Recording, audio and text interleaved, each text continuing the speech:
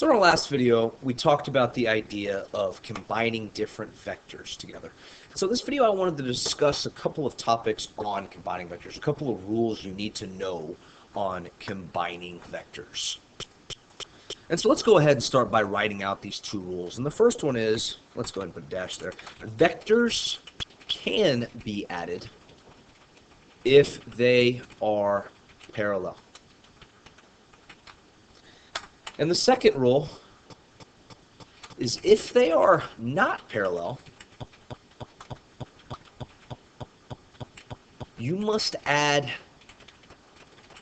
their respective x and y components first if you want to combine them. So components to combine them.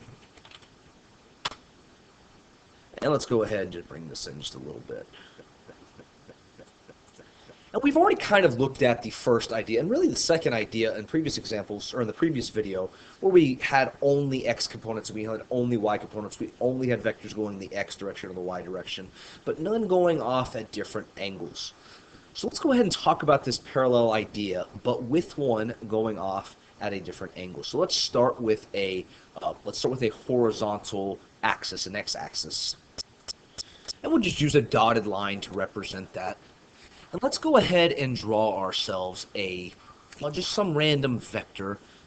We'll draw it red. And let's say it's coming up, let's call it vector f. So vector f, let's say it's coming up, or vector f is equal to 12 meters. 12 meters. And let's say the angle that it's coming off the x-axis is just 30 degrees. And then let's draw a second vector, and let's make this one a little bit shorter, but coming off the same horizontal x-axis, so we're using a dotted line to represent an x-axis. Let's draw it a little bit shorter, and let's call it vector g. Let's say this one is just 7 meters. Let's also say that this is 30 degrees off the horizontal. What that tells us is both of these lines are parallel, so we can just add them up. So if I want to just add them up, I'll add these two together. So let's go ahead and write this out. We'll say vector f, and then we'll say, well, let's go ahead and keep our colors consistent here, plus vector g. And let's just say they combine to equal vector h, just to keep it alphabetically consistent here. And so what would that look like? Well, let's just go ahead. You can draw. I'm going to go ahead and copy it over to save on time.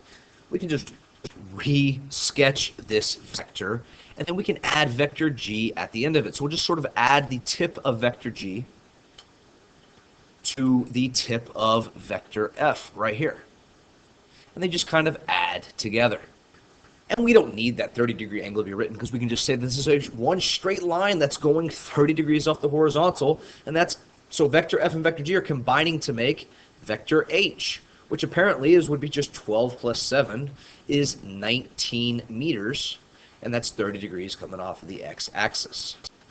And so if they're running parallel, that's all you really have to do to combine them. You just kind of put a tip-to-tip method here, and then just add up your magnitudes.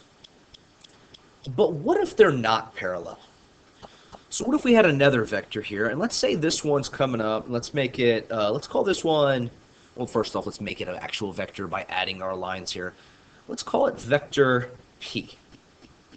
Let's say it's equal to 15 meters. Its magnitude is 15 meters. And let's say this one is 27 degrees off the horizontal. Just give it a random number. And let's draw another horizontal line here, another horizontal x-axis. Let's say we had another vector, and let's make this one, let's add our arrows again. Let's call this one just vector q. And let's say it is 17 meters. And let's just say that it's 45 degrees off the horizontal. And I went ahead and made it a little bit longer so it's more correct compared to the vector p over here.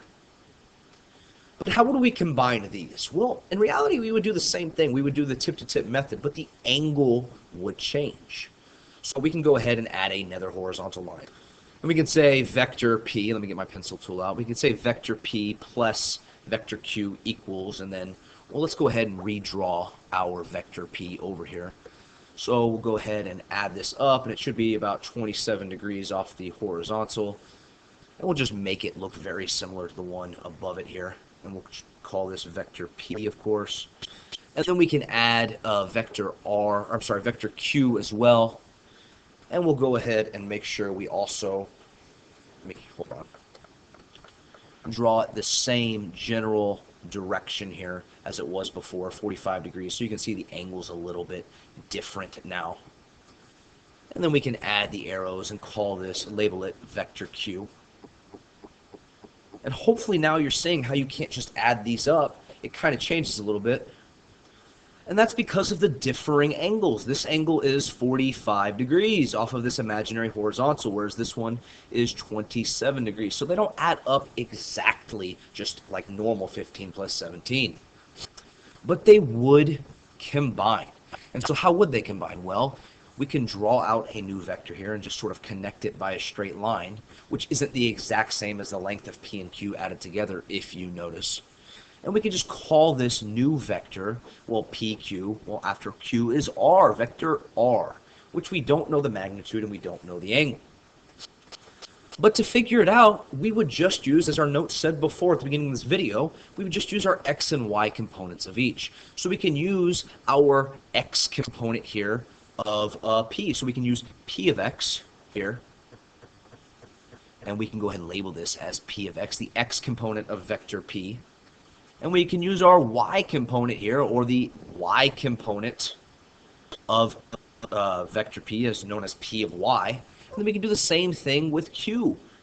We have an X component of vector Q, so Q of X. And then we have a Y component of vector Q, or Q of Y. And so to solve this, to figure it out, we would say vector P plus, let me get the right color here, vector Q, we would say that's equal to, well, vector R. And to figure this out, what we would take time to do is we'd say, well, P of X plus Q of X equals our X component of vector R. And we would do the exact same thing for our Y's. We would say P of Y plus, and then let me make sure I get the right color here to keep it consistent, Q of Y, and then we would say that is equal to our Y component of vector R. So let's draw a quick picture of this so you can kind of hopefully gauge what we're talking about here. So we draw our vector R coming up, and let's try to get it about the same length. And add our arrows and label it vector R. And then let's go ahead and redraw our P of X and our Q of X down here. So we would say try to get it about the same length as the one up here. We call this P of X, and we would combine it with our Q of X, which we could solve for using our magnitude or vector Q and our angle, and try to get it about the same length, but we just label it Q of X. And then we would add P of Y coming off of this tip. And again, try to get it the same length. So let's try drawing it a little bit shorter. And as you can see, I'm not drawing it perfectly to scale, but hopefully you get the idea. And then we just add Q of Y to that, which is a little bit taller. And you can see how we would combine P of X and Q of X, which again we can solve for using SOHCAHTOA. And we just add them up to get our X component of our R. And then we can do the same thing for our Y, and using a squared plus b squared equals c squared, we can find our magnitude of our R vector. And then we can end it by solving for our angle for vector R, again using our inverse tangent rule to solve for our angle of vector R. And that's all there is to solving for, or that's all there is to for combining vectors, I should say.